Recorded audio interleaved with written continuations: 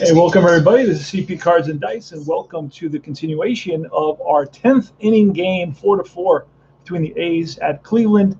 My first stream got shut down because of the internet, so I wanted to finish out this game. So I am making a continuation video or stream, part 2, and we're pinch hitting with Ted Ford.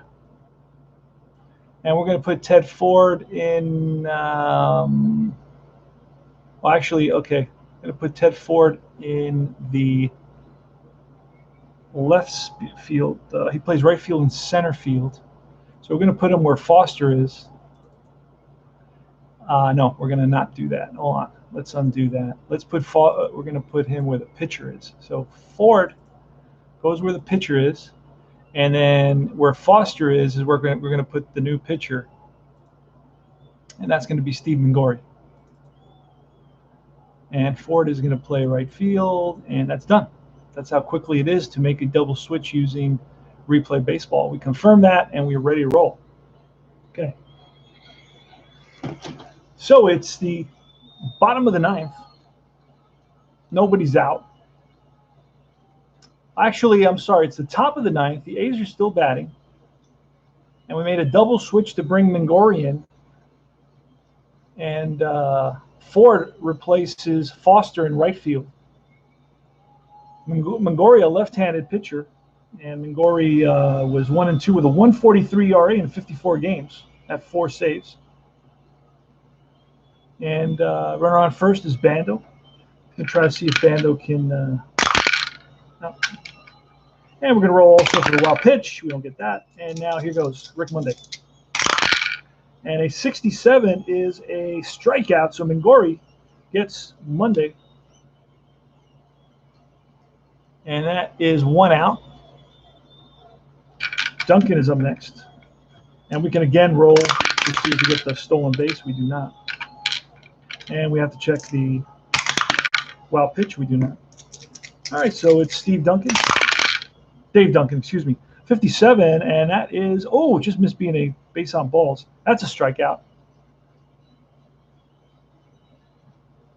Back-to-back Ks for Steve Mingori. And now it's Dick Green.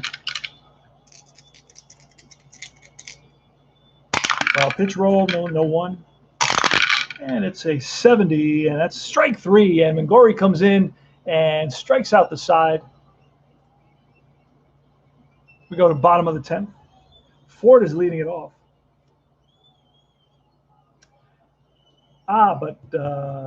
Yeah, Ford is leading it off, and now we're going, this is the 3rd inning for Klimkowski. That means that he is going to be pitching with the negative modifier because this is beyond his allowable range of innings, right? He can go 2. He's in his 3rd inning, so we're going to have to pitch with a modifier, and we're going to pitch with that modifier until he allows a base hit, and then we'll pull him. Here's a pitch to Ted Ford. Ted Ford batted .229. That's a 99 and a 9 is a fly ball. But that minus 50 becomes a 49, which is still an out. So it's a fly to center no matter what. So the negative modifier doesn't guarantee that there's going to be a hit. It just increases the chances. Ted Eulander pitched from Klimkowski at 15, and that's line base hit. With the negative modifier, it would become a strikeout. So Eulander wants to hold on to that 15. He could change it and make it a 65. If that 15 would have been an out, a strikeout or something, he could take that 15, make it a 65 because he gets the advantage. And that's going to be a base hit for Eulander with 1 out.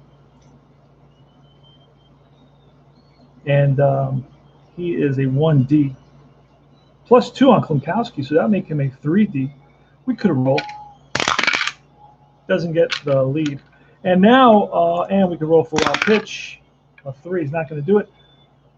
So we're going to bring in a pinch hitter. I'm sorry, not a pinch hitter. A relief pitcher. Going to bring in Darryl Knowles. Going to come in. And Knowles can go, let's see how long Knowles can go.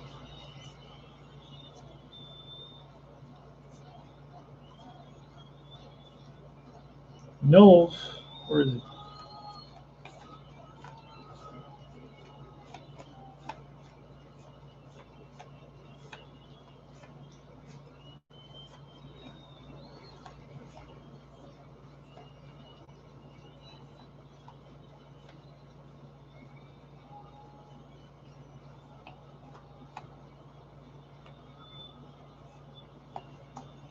Wow, it's taking forever. All right, Darryl Knowles, closer 2. Doesn't necessarily have to be a closer. He had 9 saves. He can act as a closer. In this case, we're going to use our closer. All right, so Knowles is going to come in. And Knowles is going to, maybe we have to pull a, nope. Yep, we're going to have to pull a double switch. So again, we're going to go to Knowles. And we're going to bring in Knowles. We're going to put him where? Let's see. I'm going to bring in, put Knowles. I'm going to bring in Gene Tennis to catch. That's one guy that I love to bring in. I love Gene Tennis. I don't know why. I think he's real cool. Had a great World Series. And then we're going to put Knowles in the catcher spot, Dave Duncan. And that's it. So we're going to confirm that. And Knowles is in there against Uhlaender. No advantage. Just want to bring in a lefty against Nettles. Nettles is up. Uhlaender's on at first. Here's the pitch. It's an 83 with a 5. That's going to be off the pitcher, and that is a hard hit ball at the second baseman Green, who flips to Campaneris. Throw to first and in time. It's going to be a double play. 4-6-3. They turn it. And that is, oh, that's going to be 3 outs. That ends the inning. 4-6-3 double play. Gene Tennis is going to lead it off for the A's. Tennis is batting .292 with 1 home run and 24 at-bats. So he's doing pretty good because I like him. If I didn't like him, he wouldn't be doing as good. And he has an opportunity to drive one out of the park with one swing of the bat. Got a lot of power. And again, I made a lot of notes on these when I was doing a video. Just want to clear up his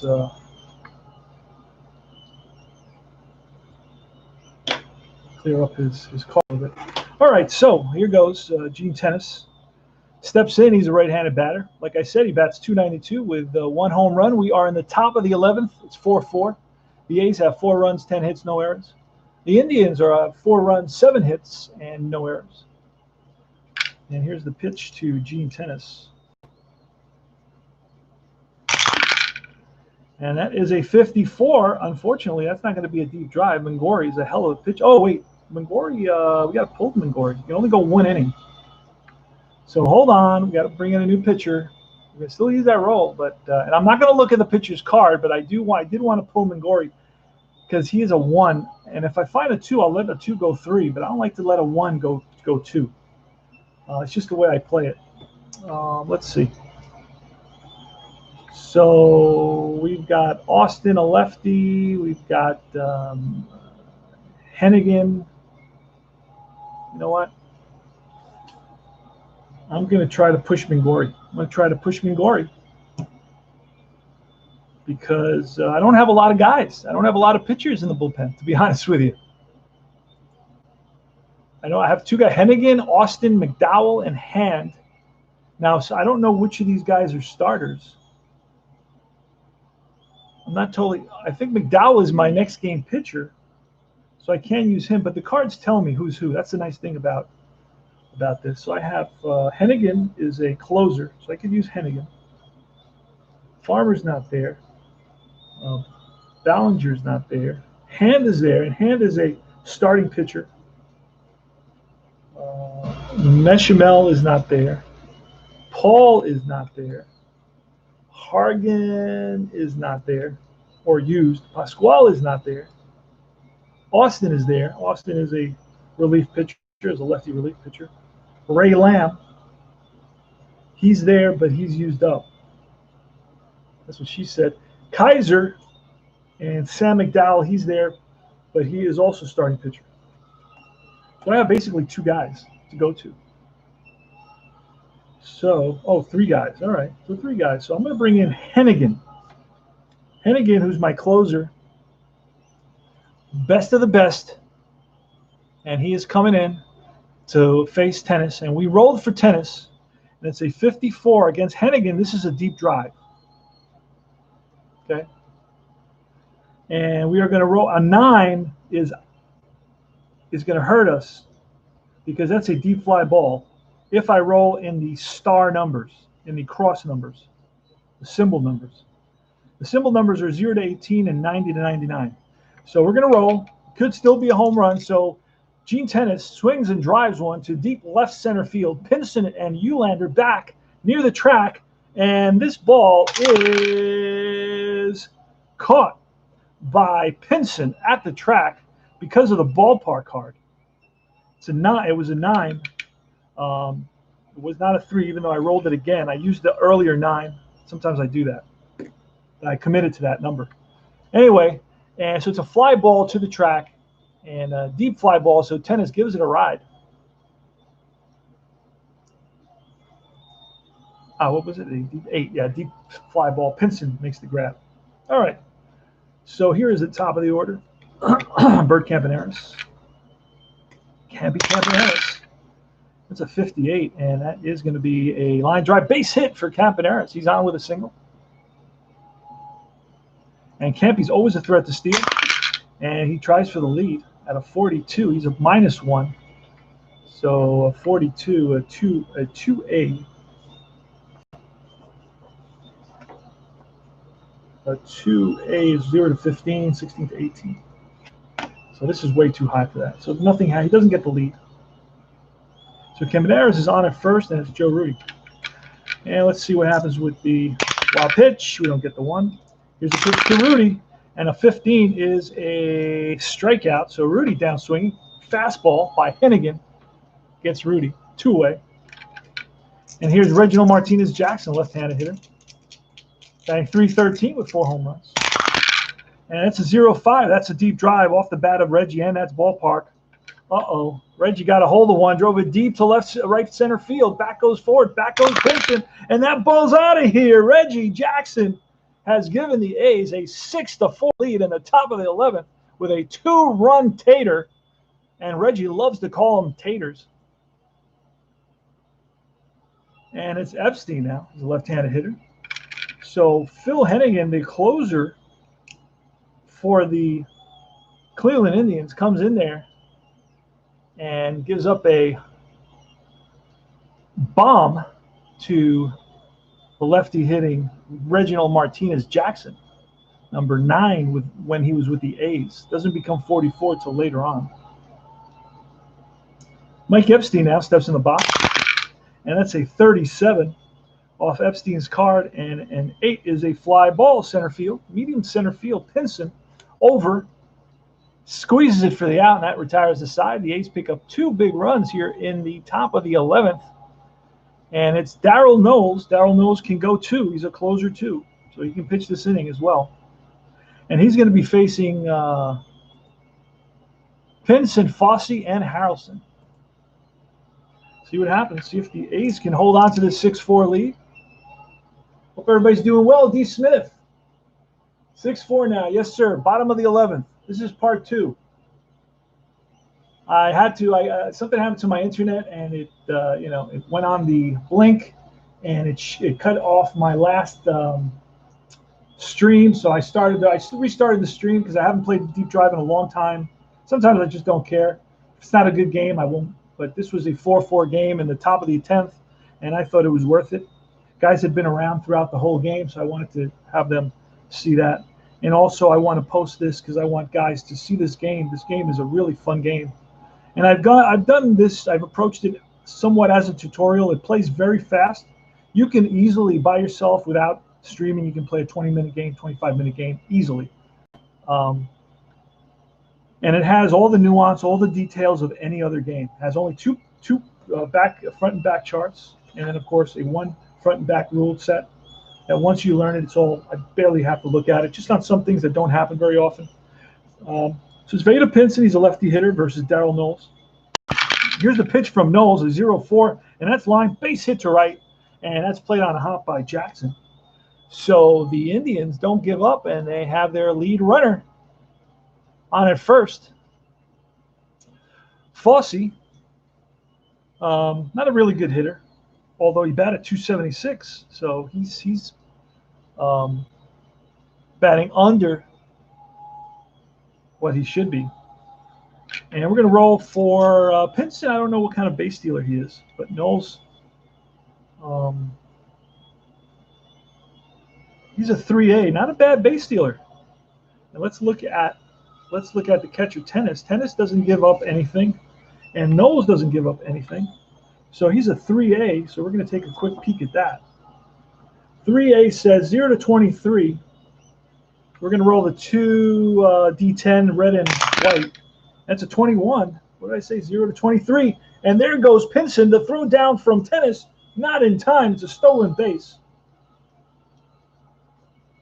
So it did work for Pinson. He stole second base. Although they're down by 2. Why he's running, I don't know. He was just trying to get the lead. Stay out of the double play, I guess. But he did run. Lately I have been quite aggressive. So it's Ray Fossey. Here's the pitch. We're going to roll for another wild pitch. We don't get it. And here's the pitch from Knowles in 11. That's a base hit. And Pinson is a blank. And on a base hit, he does not score. He moves up and stops at third base. With 2 outs, he would score. So Fossey singles back-to-back. Singles, puts runners on first and third with nobody out. So the Indians got something going here. A little bit of a rally. Kenny Howson has got a home run facing Darryl Knowles. We've got all righties coming up, and pitcher's spot is next, so we're going to have to see a pinch hitter.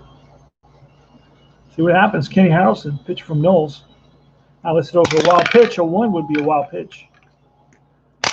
And that is a 0-8. That's going to be a base on balls. The bases are loaded. And this is we're gonna require a pinch hitter here because this is the pitcher. And it's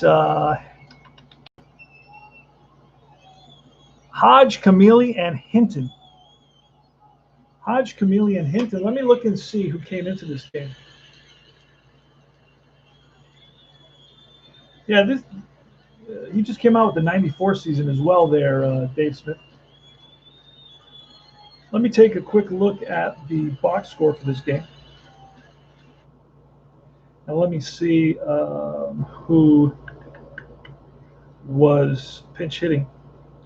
They had Lowenstein, which I used as a pinch hitter. Gomer Hodge is somebody else who, let's see in this game, that was the next game. In this game, pinch hitting for Cleveland is nobody because they don't really need a pinch hitter in this game. Let's look at the third game, next game, and then the game after that. And it's going to be Indians. Who do the Indians use? I don't know. So it's not totally clear who they're using in all these games. It's a lot of here it is. Lowenstein and Hodge, like I said. Let's go back previous game. And that was Cleveland. I'm looking at the Cleveland Indians, who they're typically pinch hitting. Go back one more game. And they played California. So this, I believe, is a 2-game set, I believe, from what I'm seeing. I thought it was a 3-game set. It's a 2-game set. And again, they didn't use anybody in that game either. So there's not a lot of pinch hitters used in these old-time games, these 70s retro games. It's just they use Chuck Hinton in right field. They use Hodge to pinch hit. They use Eulander. Forward plays. You said, okay. So anyway, let's look at Hinton. He's a righty, so he'll come in. So we're going to pinch hit with a guy named Hinton.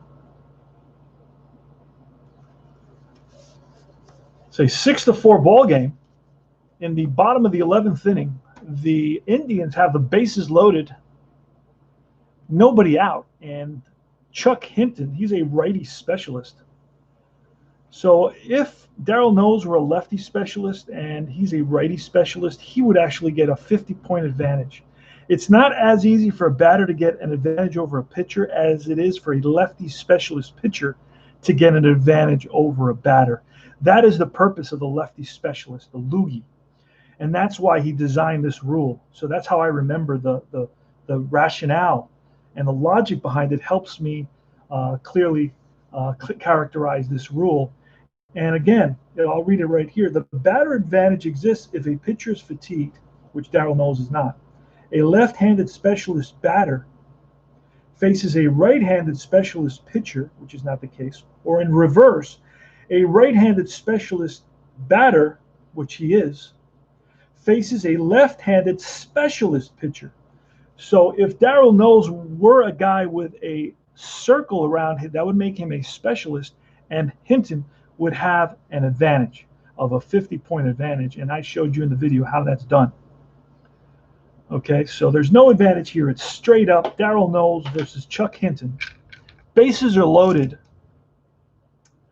I do have Fingers warming up, so I will bring Fingers in at a moment's notice, but I'm not in a rush to do that again because I have a feeling. Let me look at the bullpen very quickly. I may bring in Fingers here.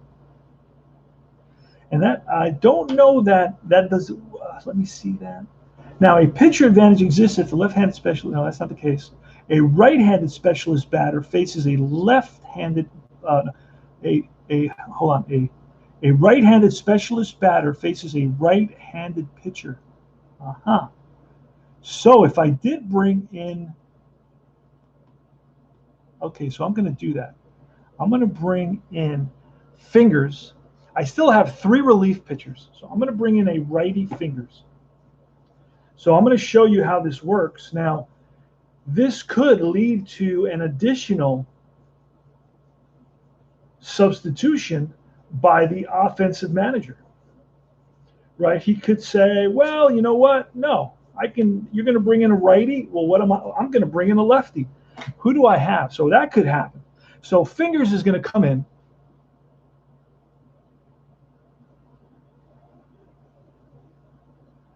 So here comes Fingers. So Raleigh Fingers is in there. And now this is going to give the pitcher a 50-point advantage. But doesn't end there, the strategy. It continues. Now the offensive manager can say, hey, now you're forced to pitch Raleigh Fingers to at least one batter, whereas I can bring in a switch hitter in Hodge and do away with that. And that's what I'm going to do. I'm going to bring in Hodge. Let's see who Hodge is. I have no idea. And I'm going to save the last play. Well, Hodge is probably my catcher, my backup catcher. Usually I save him for last. Oh, no. Where is my backup catcher? That's weird. Did I use my backup catcher already?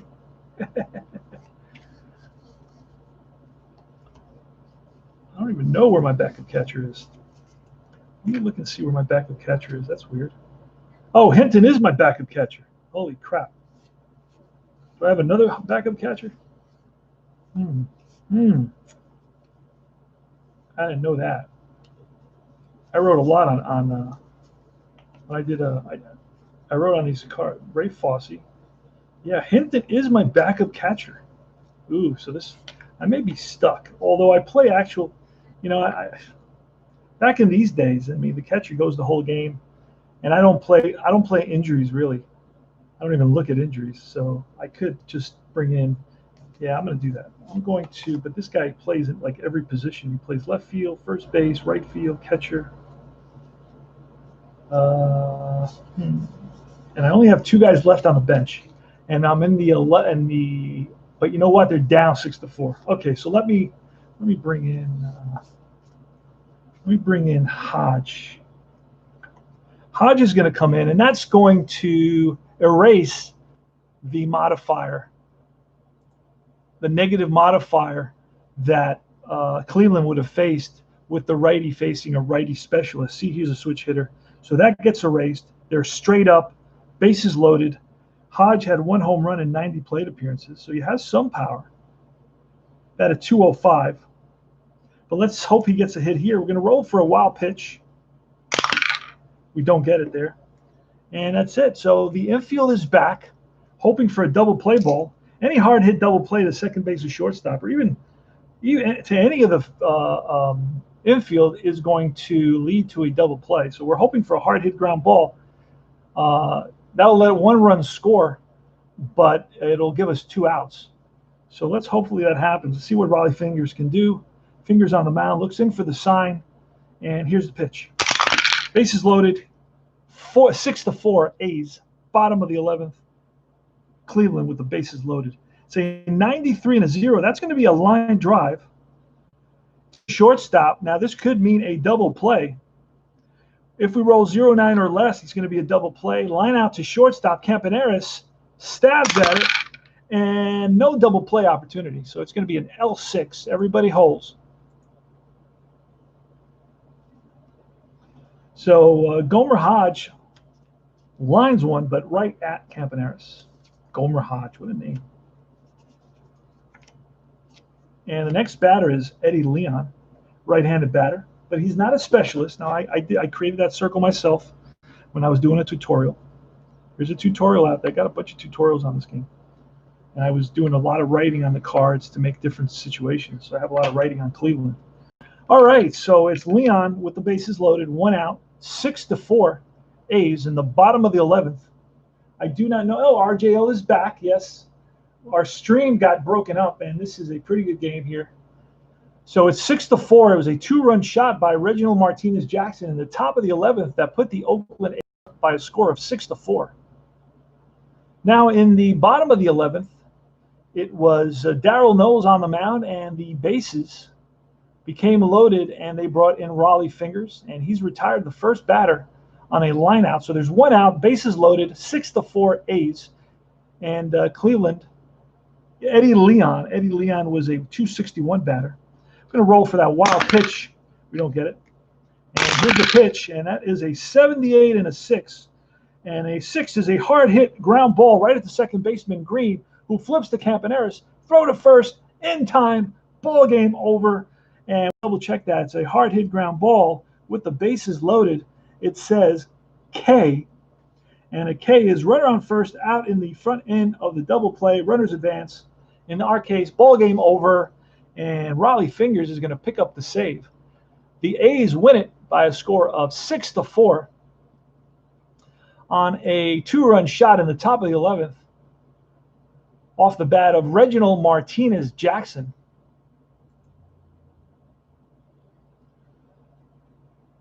So the Oakland A's, they improved their record to 20-13, while the Cleveland Indians dropped to 11-18. Darryl Knowles, despite loading the bases in the bottom of the 11th, gets the win. He's 2-1. Phil Hennigan, the closer for the Indians, takes the loss. He's 0-1. Raleigh Fingers, who's usually a starter, up to this point he's been a starter, but I think he goes more in relief from this point on, or he just becomes a spot starter throughout the season. He picks up his second save, and the MVP of the game is, of course, number 9, Reginald Martinez Jackson, the straw that stirs the drink. Jackson went 2 for 5 with a home run, his 5th of the season. And his RBIs were his 16th and 17th. He also stole a base, his 3rd of the season. Campaneris stole his 5th. Pinson stole his 7th. What else can I tell you?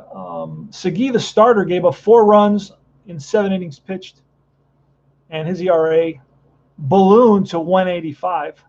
Klimkowski came in and pitched 2 1/3. Knowles pitched .2, gave up 2 hits. And Raleigh Fingers pitched an inning and picked up a save. His ERA is 1. Knowles' ERA is 8.44, by the way. So he's really struggled up to this point. And that's going to be it. So the A's win by a score of 6-4. Oakland, 6 runs, 12 hits, no errors. Cleveland, 4 runs, 9 hits, and 0 errors. Now, I've played this game a whole lot, and the reason I don't play it as much as I like, because once I started playing this game, There's something that's very, very appealing to me about their cards. Like the names of the players are huge, which I really like. Some cards you can't see the name of the player. It's not bold. It's not in a large enough font, and it's barely visible, and that blows my mind. The card is the player. You know, um, you need to make it a little bit larger, a little bit bolder, because it takes on the personality. When you pull up the card, it's not just a card with numbers; it's the guy's name, right? I think Appa was hit it right on the nose, where they really went out of their way to bring their card to life. That's one of the beauties of Appa Basic and just Appa in general.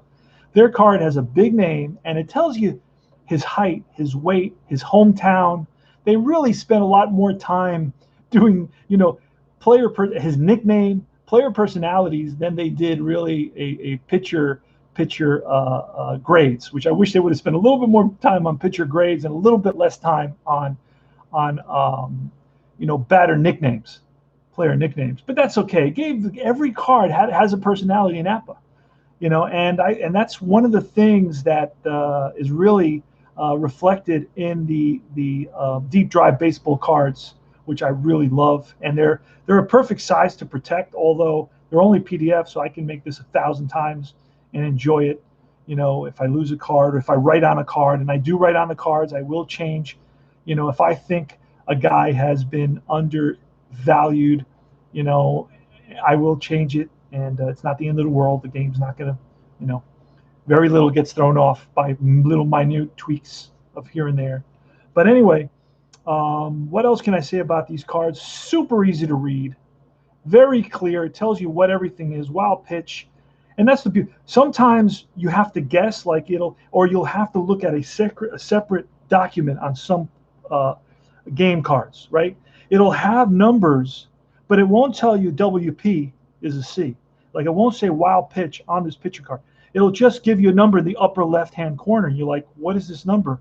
Then you got to go to another chart and you got to look up the card, and it'll say, and you got to read, and it'll point to it and say, okay, this number in this spot on this card says it's a wild pitch. Okay.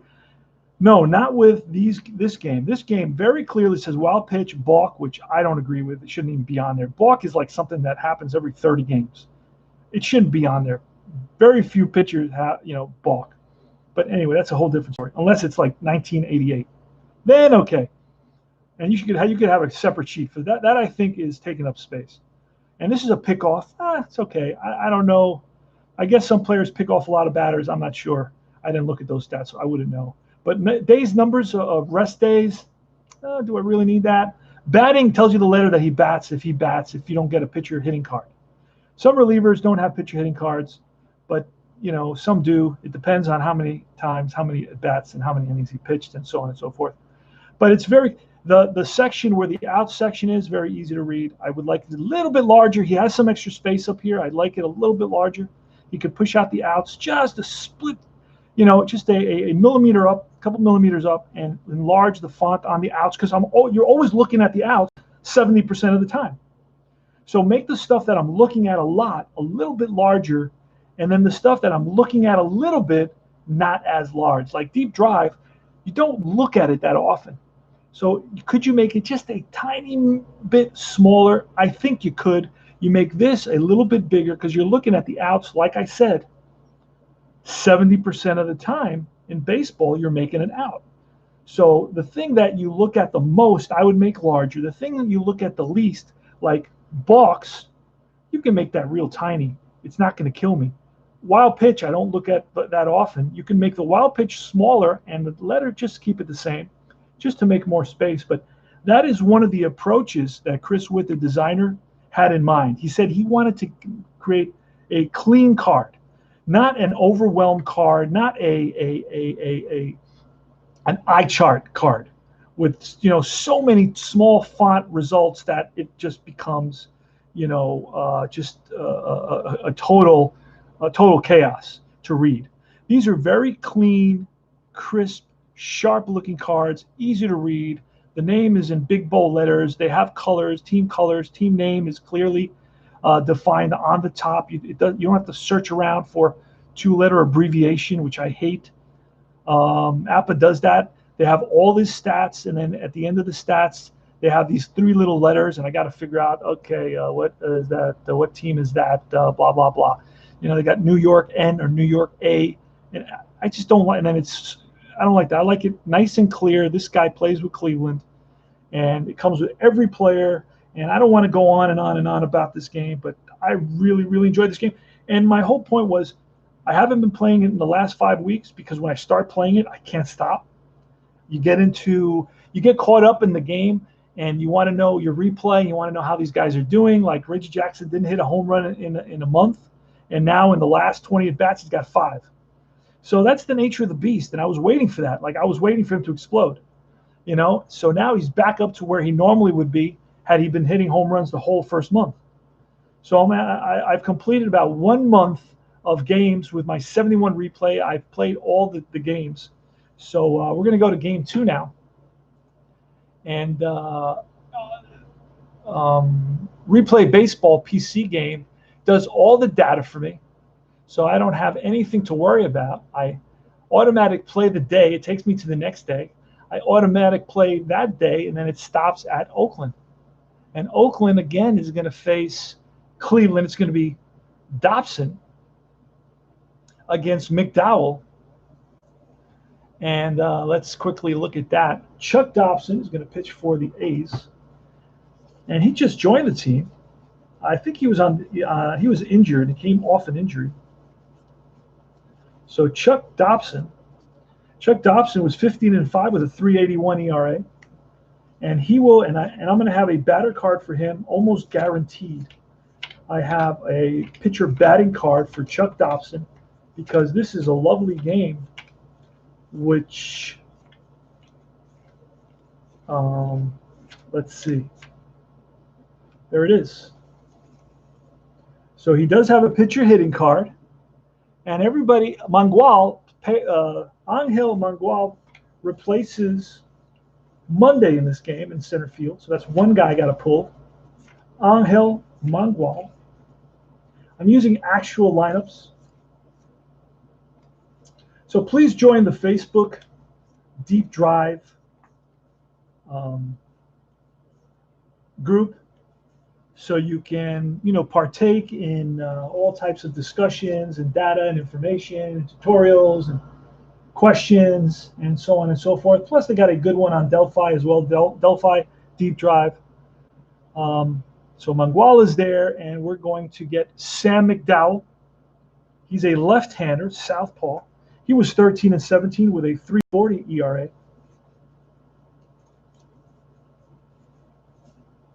And I need McDowell's pitcher hitting card, so let's find that. And I know I'm going to get one because with starters, you get one. There you go, pitcher hitting card. He's got never a home run, never a double. Anyway, so this is CP Cards and Dice. I hope you enjoyed our presentation. There you go. Thank you, Dave Smith, or D. Smith. Don't know that it's Dave. Could be Don, or could be. But, okay, cool. So he's got one more start for the rest of the year. Game 37 versus Royals. Okay, so now they're going to begin to use. So for the first month, Raleigh Fingers, I think, started about 5 games. He was in the regular rotation, I guess because he was waiting for Chuck Dobson.